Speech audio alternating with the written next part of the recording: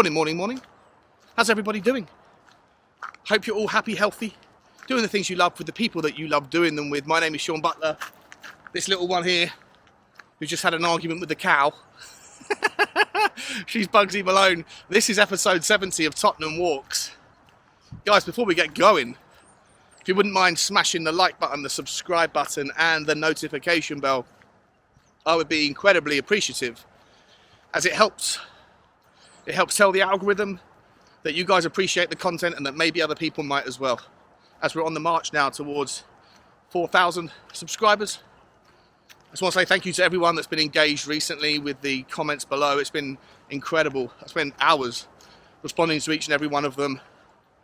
And I'm loving the different takes and the conversations that are happening between different members within the community. It's brilliant. It's great to see.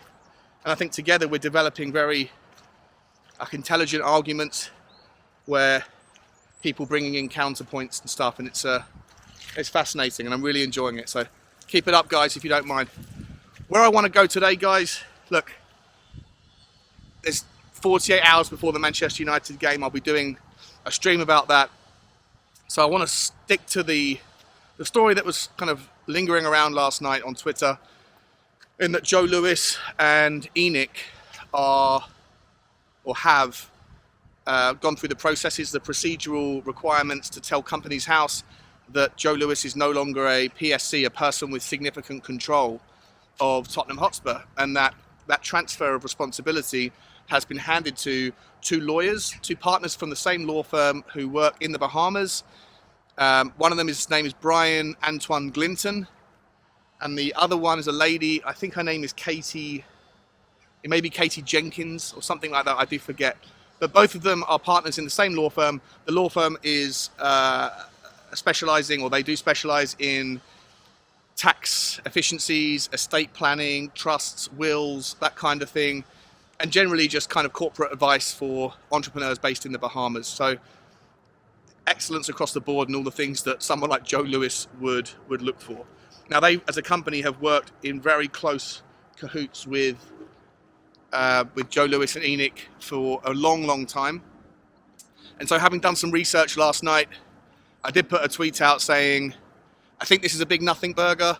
I think this is all just kind of procedural, and essentially nothing really changes, as it's all about a family trust, and for tax purposes, Joe Lewis has moved the ownership out of his name specifically into a family trust where he is still the majority shareholder. And so now the family trust is the majority shareholder of Enic, that is the majority shareholder of Tottenham Hotspur, but Joe Lewis is still the majority shareholder of the family trust. And so in essence, Joe Lewis is still the majority shareholder of Tottenham.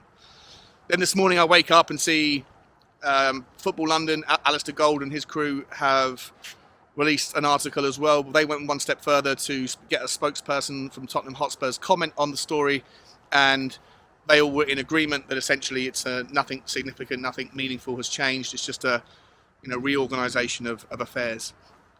So on the one hand, that should be it, right? That should be it. Nothing to see here.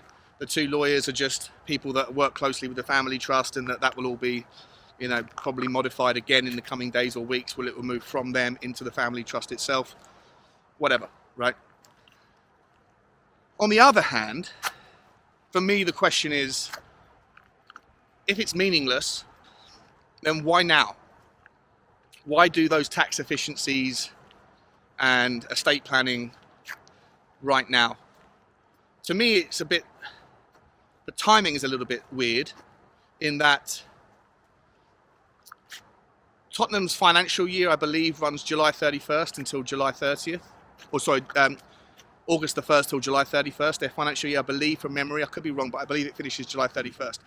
The corporate tax year obviously runs April 27th all the way around, or April, whatever it is, the end of April, all the way around the year. And then, of course, the calendar year is the calendar year, right? January 1st to the end of December. We're 10 games into a season. The timing doesn't make sense to do it right now. Unless it's just purely like, oh, we've got to get this done, let's get it done. But for me, when you also factor in the idea that he's 85 years old, no one lives forever, Maybe he has some health issues, and maybe he's just being prudent in getting ready, getting prepared, but prepare for the worst, hope for the best, in the off chance that maybe his health catches up with him on short notice, and that they don't want to then get caught out with tax liabilities, even though I'm not entirely sure or convinced that there would be any, because they're based in the Bahamas, which is a tax haven anyway. And so that isn't necessarily clear to me. And I want to say at this point, guys, whilst I've obviously worked in investment banking and corporate finance for 11 years of my career in a previous life, family trust planning and things like that wasn't a side of the financial game that I've ever been invested in or involved in. So I don't know any specifics here. I'm speculating as an amateur, not as an expert on this one. But what I would also just point out is, not only is the timing suspicious because of it's just like randomness to do it in the middle of a season, in the middle of a financial year, in not even particularly close to the end of the calendar year. All of those things are a little bit odd to me. But on top of that, the proximity of its announcement to the news about Google stadium rights almost being done, that also is a little bit, maybe just a coincidence, but not something to be ignored. Now, again, speculating, so don't take this as anything to run with, or, I'm maybe making a mountain out of a molehill here, but I spoke about this when the Google news first dropped about 10 days ago or whenever it was. I said that this could be a catalyst for the club to be sold. A lot of people that are Enic out, who were initially, at least the people I was speaking to, holding Daniel Levy accountable already for a deal that wasn't done, saying, well, now there's no excuse for buying players, etc. And I always saying, oh, come on, guys, like, you're already finding a reason to take this as bad news. This should be a good news thing. Everyone should be happy, not least of which because this is likely a catalyst to get what you guys want, which is Daniel Levy and Enic to leave the club. If you're someone who is going to spend 4, 5, 6, 7 billion, whatever the price tag is, usually, in my experience, part of the requirements of those deals is to have long-term, sustainable, guaranteed revenue streams. And things like $500 million, $1 billion Google deals go a long way to placating the fears of, leverage buyout investors or those sorts of parties, because they know that they're paying up front for things that already have revenue guarantee coming down the line. So that to me was something that, when I heard this news about Joe Lewis, look, yes, it could just be all coincidence and meaningless and just procedural and transactionary in its requirements to reorganize for tax efficiencies. 100% that could be all it is. But at the same time, there is that news about the Google thing that's coming, or hopefully coming. That could be a catalyst. This could be also a catalyst to reorganize the ownership model so that in the event of his death or otherwise, the control can seamlessly and seemingly pass and transition to whoever is next in line in the Enic ownership board. And look, people like Danny Kyriakou, good friend of mine from Tottenham Hotspur, shout out to him.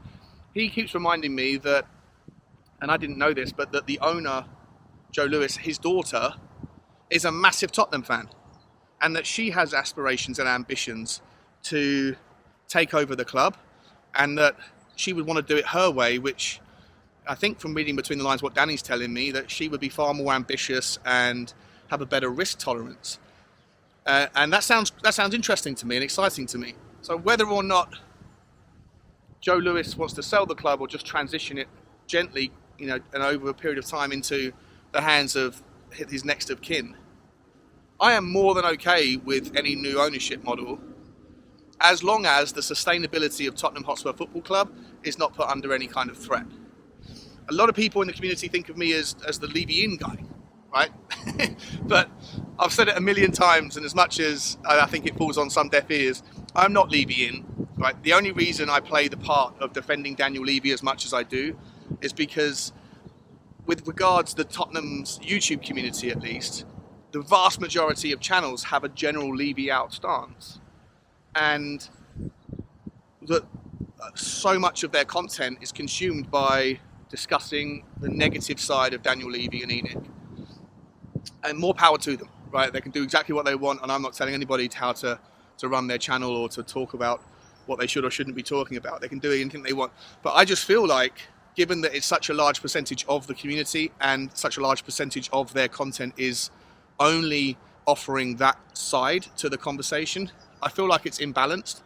I feel like it's lacking context, and that there's nuance that people that are interested in developing their own opinions about Tottenham Hotspur should be exposed to, that they otherwise wouldn't be if there was no channels that were discussing the benefits and the pros of Daniel Levy's ownership. 1 second. Sorry about that. Yeah, so like I say, for me personally, I don't really care. I don't care. I've met Daniel Levy a few times. I think the guy is, not particularly engaging, not particularly nice to talk to, quite disinterested and rude. I don't care about Enic. I don't know any of those guys, obviously, personally. But for me, shush, let's go. For me, all I care about when it comes to the ownership of the club is long-term sustainability and risk tolerance. Now, if you have listened to what I've said about Daniel Levy, I think that him and Joe Lewis are the wrong guys to own a football club when it comes to their risk tolerance. They're property guys, generally. They like to build, there's nothing as safe as houses. And they like to build property and pick up their 9-10% dividend yield or rental yield. And it's very low risk. It has been for them for their entirety of their lives and their careers. And so, do I think that they have the right risk profile for an ownership model of a football club? No, not really. I don't. I think that they could have and should have spent more in key moments, and that maybe would have taken us to that next level. But it didn't necessitate that. There's loads of examples of football clubs, countless examples of football clubs that have spent money with too much risk on the wrong players and almost gone broke, or have gone broke sometimes, in the process and in the chase of silverware or success. I don't want that to happen to Tottenham Hotspur. And, I think that Daniel Levy and Enic, if you're going to hold them accountable for everything that's wrong with the club and the lack of trophies, you should also hold them accountable for everything that's right about the club. And right now, Tottenham have got the best football stadium in the world, the best training ground in the world, the best manager in the world, two of the best forwards in the world, one of the best centre backs in the world, one of the best goalkeepers. There's so much right with Tottenham Hotspur. We sit third in the league, level with the champions, Manchester City, after 10 games. Our best start ever. We sit top of our Champions League group. There's so many things that are positive about Tottenham Hotspur that if you're going to hold the ownership's feet to the fire, to hold them accountable for everything that's wrong with the club, then to be consistent in your narrative, you should also hold them accountable for everything that's right. Or, if you don't take that path, you can cherry pick accountability, but then you shouldn't hold Daniel Levy and Enic responsible for all of the poor players that we signed or the poor performances from the players on big game days. It's one or the other, and that's where I get frustrated when I listen to the context that isn't given by some parts of the YouTube community, and that's why I feel it's my responsibility to offer that option up. But that doesn't or shouldn't make me Levy in. I'm very happy for them to leave. I'm very happy for us to sell the club or transition it into the daughter's hands. If she wants to be the next cab off the rank with the ownership model of Tottenham Hotspur, so be it. As long as it allows us to keep moving forward in the right direction and that the future of Tottenham isn't jeopardised by poor decision making, then I'm all for it. I'm absolutely all for it.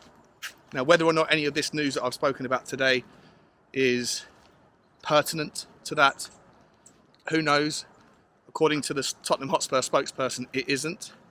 But I do find all the timing suspicious around why this is happening now and what else seems to be happening now with regards to things like the Google Stadium naming rights.